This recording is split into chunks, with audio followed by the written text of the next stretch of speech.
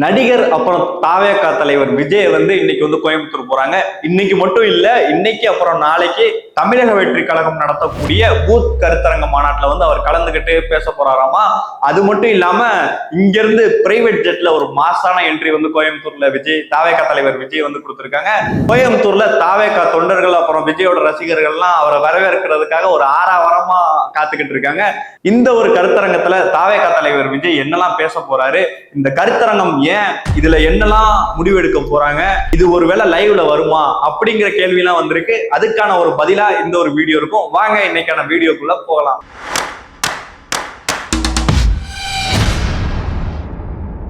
இன்னைக்கு நீலாங்கரையில இருக்கக்கூடிய அவருடைய வீட்டுல இருந்து கார்ல புறப்பட்ட விஜய் சொல்ல போனா ஒரு பிரைவேட் ஜெட்ல கோயம்புத்தூர்ல இறக்கிருக்காங்க.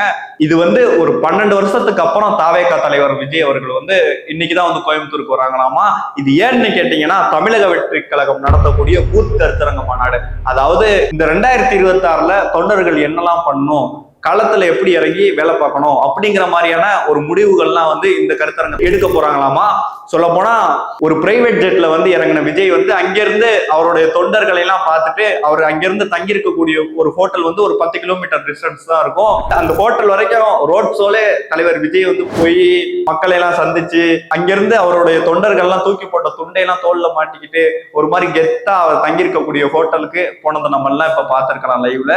அந்த ஹோட்டல்ல இருந்து ஒரு 5 கிலோமீட்டர் தூரத்துல அந்த கருத்தரங்கம் நடத்தக்கூடிய ஒரு கல்லூரி இருக்கு. இந்த கல்லூரியில தான் கருத்தரங்கம் நடக்க போகுது. குறிப்பா சொல்ல போனா 18 தொகுதிகள் இந்த கருத்தரங்கத்துல கலந்துக்கிற போறாங்களாமா. இன்னைக்கு ஒரு 8 தொகுதிகளும் மீது இருக்கக்கூடிய பேலன்ஸ் தொகுதிகள்லாம் நாளைக்கு கலந்துக்கிற போறாங்களாமா. மதியம் 3 மணில இருந்து 7 மணி வரைக்கும் இந்த கருத்தரங்கம் நடைபெறும். குறிப்பா இதுல 1 மணி நேரம் மட்டும்தான் தாவேகா தலைவர் விஜய் பேசுவாங்களாமா.